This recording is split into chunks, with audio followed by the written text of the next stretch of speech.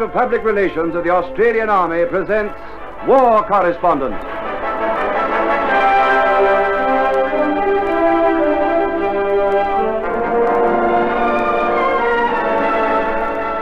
Your name is Mike McCann.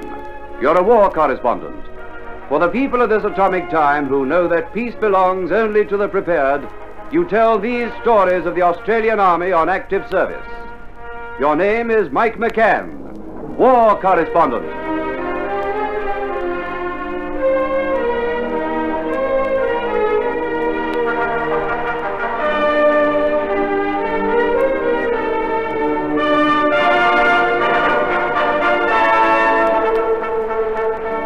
I'm Mike McCann. It was in April 1941 that the German General Rommel raised the dust along the desert skyline as he sent his Africa Corps and his Italian allies against the glaring white fortress of Tobruk. To face the Axis threat against Greece, Australia's 6th Division was withdrawn from Cyrenaica and transported across the Mediterranean to fight beside the Greeks.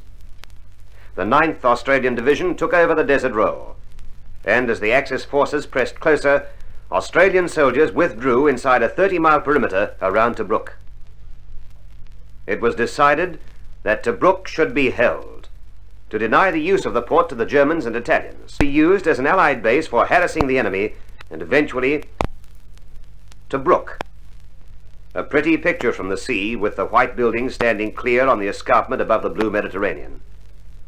But close up, a smoke and dust-grimed place of bombed-out buildings, and the harbour fouled by a tangle of twisted and rusted wrecks.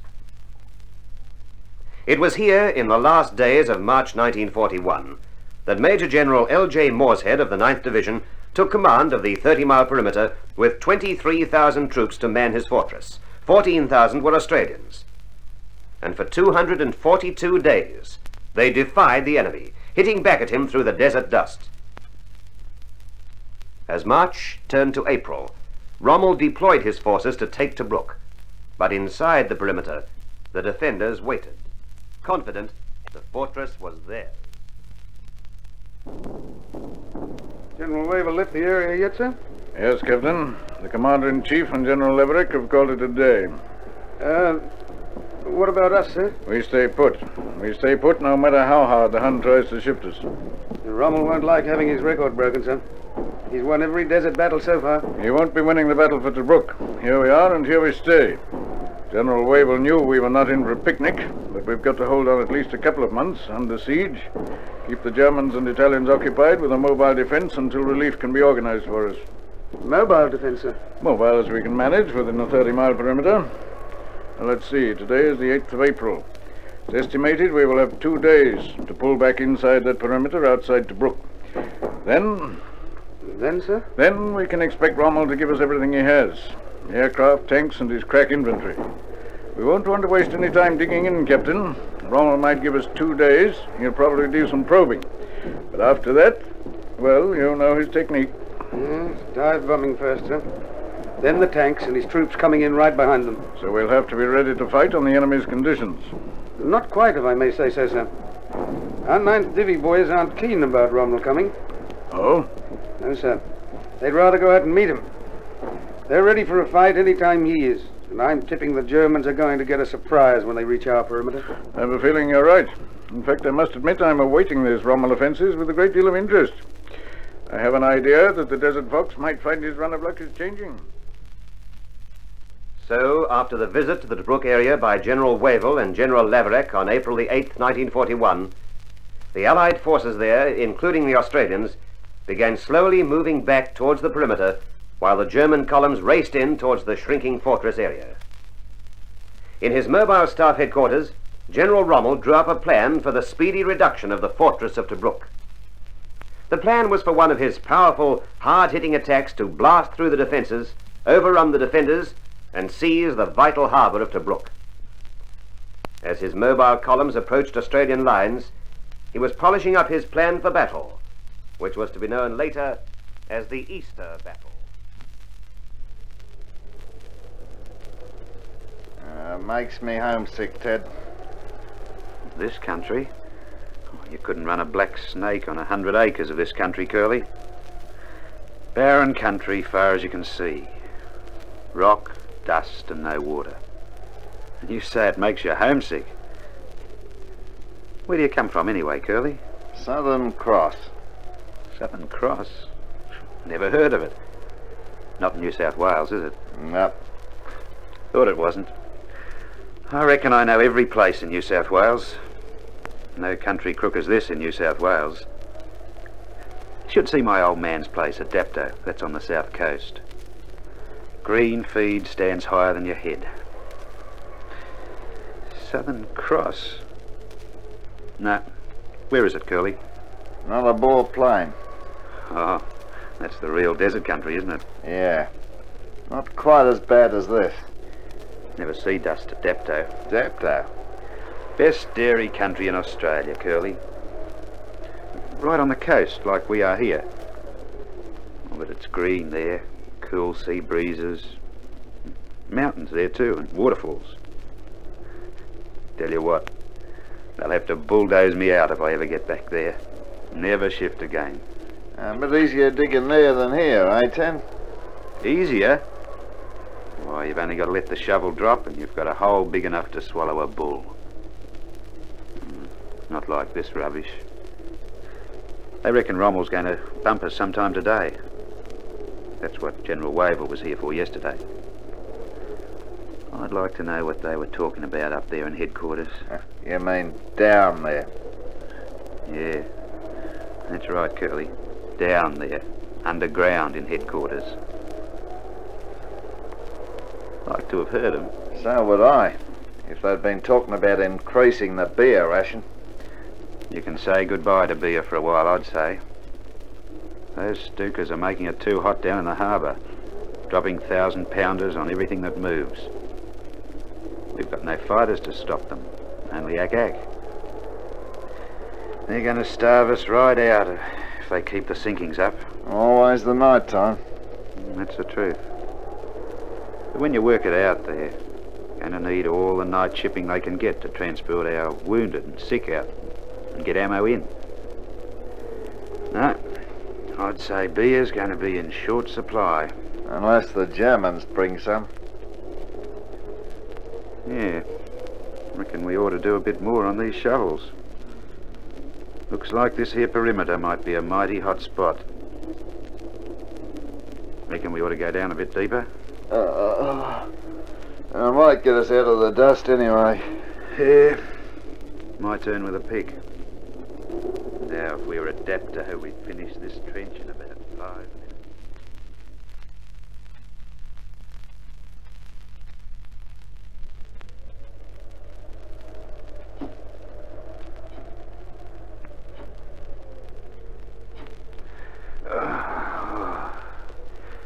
Oh, we're down another foot. Reckon that's deep enough, Curly? What's the matter? What are you looking at? Don't know yet. Come here. What do you see? Too much dust to see anything out there. It's thicker than ever. Sure. Especially out there past the wire. Hey, you're right. There's something out there. The dust's thicker. What do you reckon? Germans? Maybe we better call up company headquarters on the phone and let them know. Might be German tanks. Maybe. I know they're not emus. Keep down. I can see now, Curly. They're headed this way.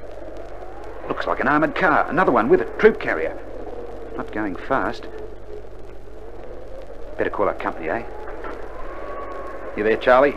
Give 'em a buzz first, Ted. Huh? Oh, yeah. Charlie? 1-3. What's the code for enemy sighted, Curly? Armour. Oh, yeah. Armour. Oh. Looks crook, doesn't it? Yeah. Okay. Well, if we don't call back, come and put a tombstone over this trench. They've got reports from all over the place. Germans having a look at the perimeter. Another thing they told me is that the Germans went into Greece and Yugoslavia late yesterday. That means the 6th Divi will be in action. Oh, yeah, and they're shifting all the wounded out of Tobruk. Don't like the sound of that, do you?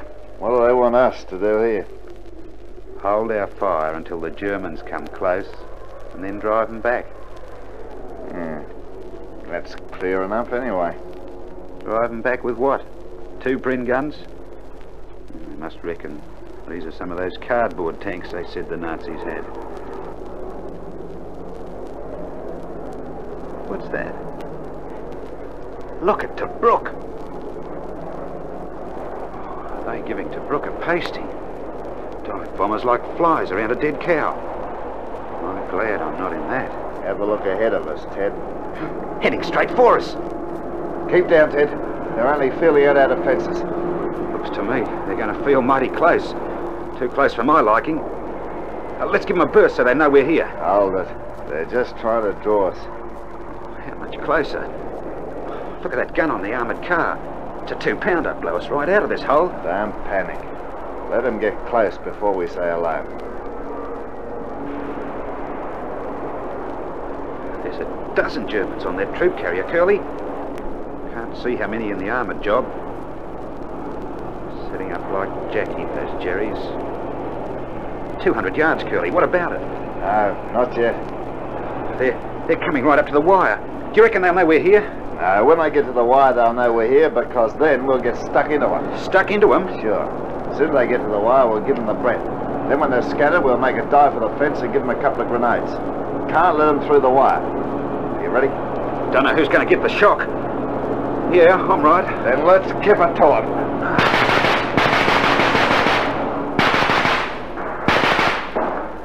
That's giving them something to think about. Look at them scattered. Come on, out of the trench and toss a couple of grenades into them. Put them down, get down. Come back!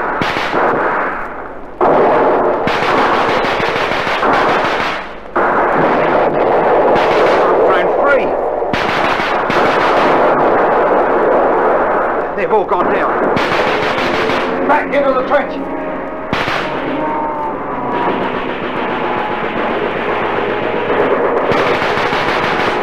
That's too close for comfort. Get your sights onto those Germans out there past the wire. They're getting out. Come on, help them on their way.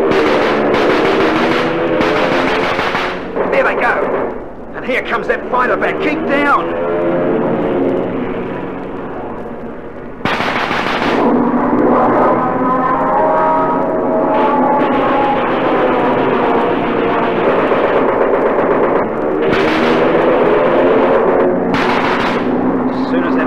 I reckon we'll dig down another couple of feet. Hopefully we'll get some attention around here. Hasn't started yet.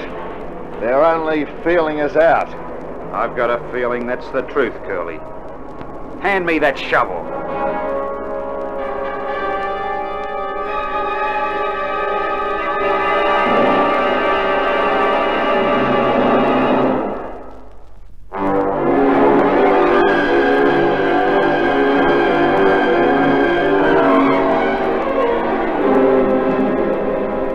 Thus, Rommel began his probing of the defences of Tobruk. Savagely, Stuka dive bombers attacked the town on April 9, and flying low, fighters machine-gunned all positions, including divisional headquarters in Tobruk. The air attacks were also heavy on the defence points dug in behind the wire on the perimeter. And at the same time, armoured vehicles and German troops moved closer to the wire, drawing fire and testing strength.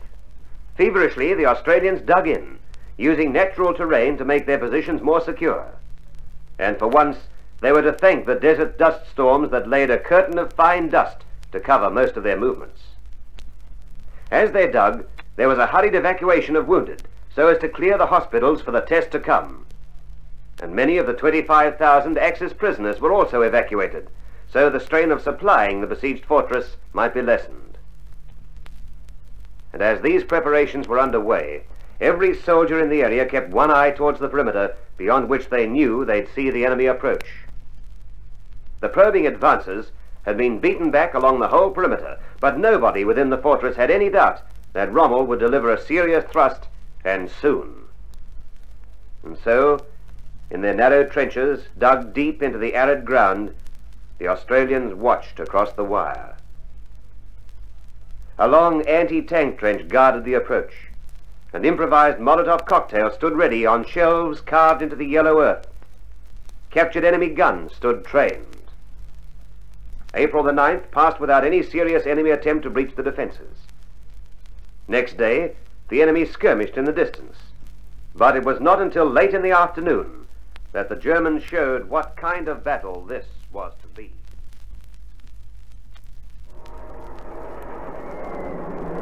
Never knew him to come this low over to Brook before, Curly. See the AK, get that one. What are they concentrating over there for? That's where the hospital is. Yeah, the bakery's there too, and a water point. Probably a lot of vehicles there just behind the 2nd, 4th AGH. There goes the stick now. Oh, must be mighty close to the hospital. Tell you what, looks to me like they're dive bombing that hospital. It's got red crosses on it. Well, that's the truth too.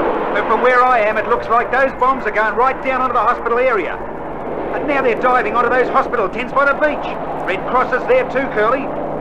Pity we didn't have fighter support here to keep those stinking stookers away. Bombing and machine gunning the sick and wounded, the swine. Keep down! No good shaking your fist at them, Ted. A joker would leave his brain over with his clothes. Can't get across there, they're machine gunning all the open places. Looks like Rommel's started to be fair dinkum. Could be. Best we get out to our position as soon as this raid's over.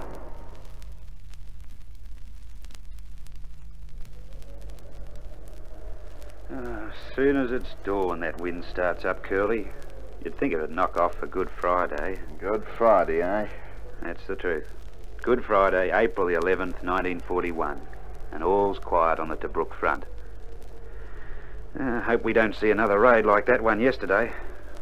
The Germans killed 35 patients and staff in the 2nd, 4th AGH. Those red crosses were plain enough. Reckon Rommel wants Tobruk all right and doesn't care how he gets it. He was hitting at the sick and wounded yesterday. Be different when he strikes us. We're fit, and we've got something to hit back with. Wish he'd get on with it. Don't like this sitting around much. Particularly in such a lovely position as this neck of the woods. All of which I wouldn't trade for 1 square foot of the worst soil in Dapta. But Rommel wants it. He wants the road that leads him from Bardia. That's the truth. He wants it all right. He reckons it'll lead him straight into Tobruk. And he could be wrong at that. The good old 2nd 17th's lined up against him there, plus 4 other Australian battalions. Maybe he might get a shock. Hey, there's Eddie across there. Eddie? Eddie who? Edmondson, the 2-striper. Corporal Edmondson, you know him, that brown-haired joker over there in the next trench. Another New South Wales bloke he is. So what? He gonna stop the Germans on his Pat Malone? No, I'm not saying that. Eddie's a quiet bloke, sometimes. But he'll have a go. That's all I'm saying. 5 Australian infantry battalions lined up behind the wire. That's not going to give Rommel any walkover. Hello? No, sir. Yes, sir. Short and sweet? Short. Company headquarters. The Germans are on the move. Asked us whether we'd sighted them yet. I told them no. They said they're moving towards this area. So what? We've been at first-degree alert since last night. What are you looking back there for? That's only Bardia Bill. That gun's been firing ever since we got here. He's about 10 miles away. The ones we're going to worry about are the ones that get close up. It must be getting closer now. The battle, I mean. You're starting to talk.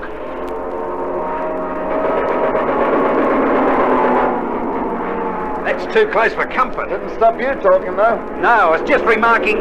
Here he comes again.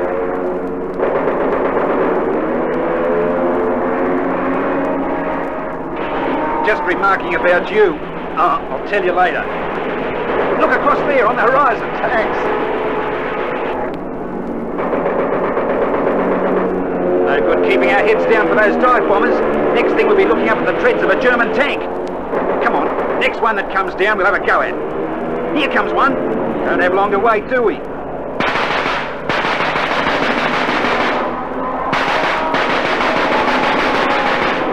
Would have bet my deferred pay that I put the whole magazine into that fighter as he went past. Hey, get onto him. He's been hit. I got him. Look at him going down. Get onto him, will you, Curly? In he goes. I got him, Curly. You saw it, didn't you? Yeah, I saw it. And I saw about 28 net guns onto him. And every other slit breach around this area opened up on him too. You got him all right. You and about 10,000 other fellas. But I saw my rounds going into him and then... Try this one for size.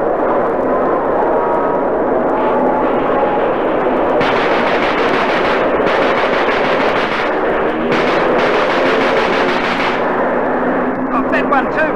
Except he's still flying. But he'll go down. Here comes another.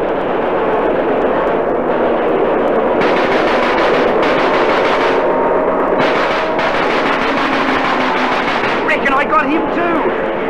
The old friend's smoking. Reckon they can't get at us in these trenches. Maybe not. It could be they've done what they wanted to do. What's that? Look across there. They've kept our heads down while the Germans have pulled those field guns into position. See them winking at us? German guns and planes. Oh, what a way to spend Good Friday. Be all right if it stayed like this. Something tells me Easter hasn't really started yet.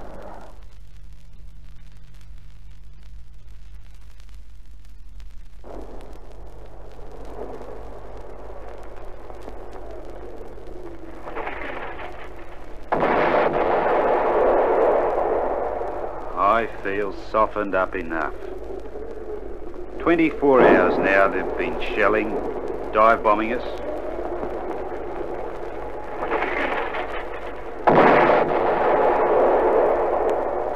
April the 12th. When did we move out here, Curly? The 9th. 3 days ago. 3 days now they've been needling us. Won't be long now. You've been saying that for the past 24 hours. And the Germans keep moving in the dust out of range, shelling us. Oh, he's moving up all the time. He's across the Bardia Road, and by the way his traffic's been moving along the skyline today, I'd say he's getting ready for the showdown tonight. Ah, so it's tonight now. This time yesterday, it was last night. And now I say it'll be on tonight. Could be wrong, of course, but I got a feeling I'll be right. Be dark in half an hour, and then you'll know. Oh, sure. Can hardly wait. For my money, I'd say Rommel is going to give Tobruk the go-by. Leave us die here peacefully of old age.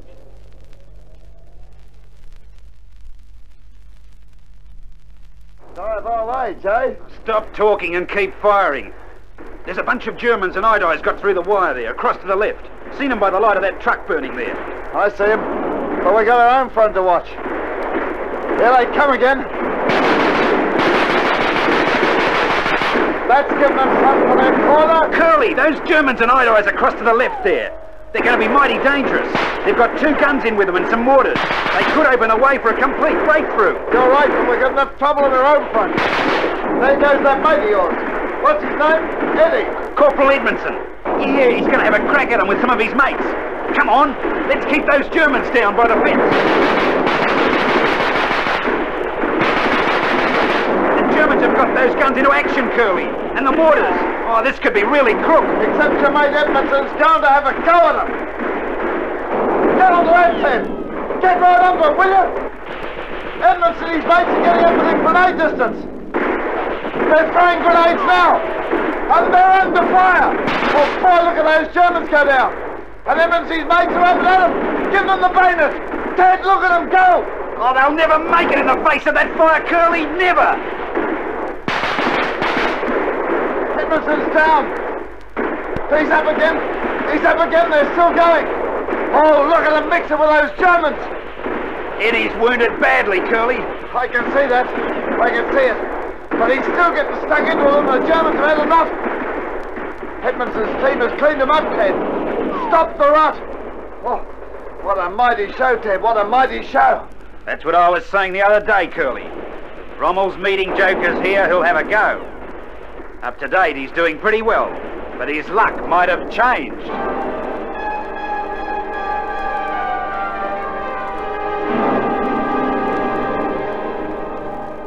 Yes, as Ted said, it was men like Corporal Edmondson, blokes who'd have a go, that stopped Rommel's winning run.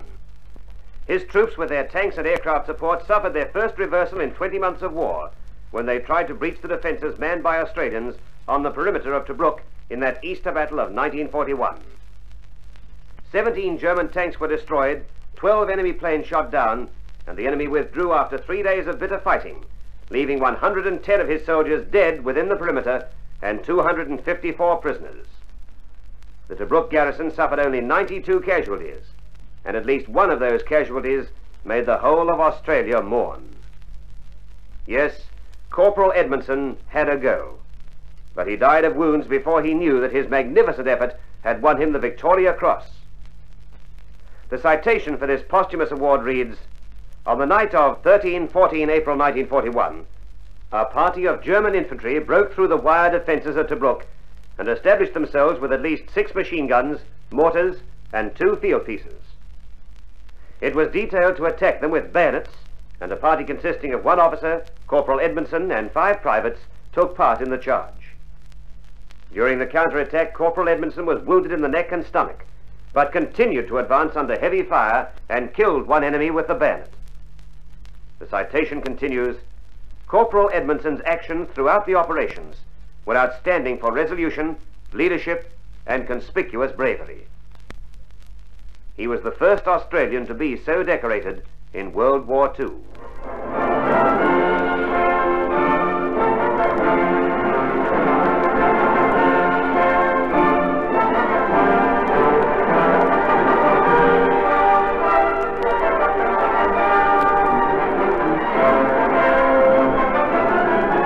War Correspondent, recorded by Robert Peach Productions, is presented for your entertainment by the Australian Army's Directorate of Public Relations.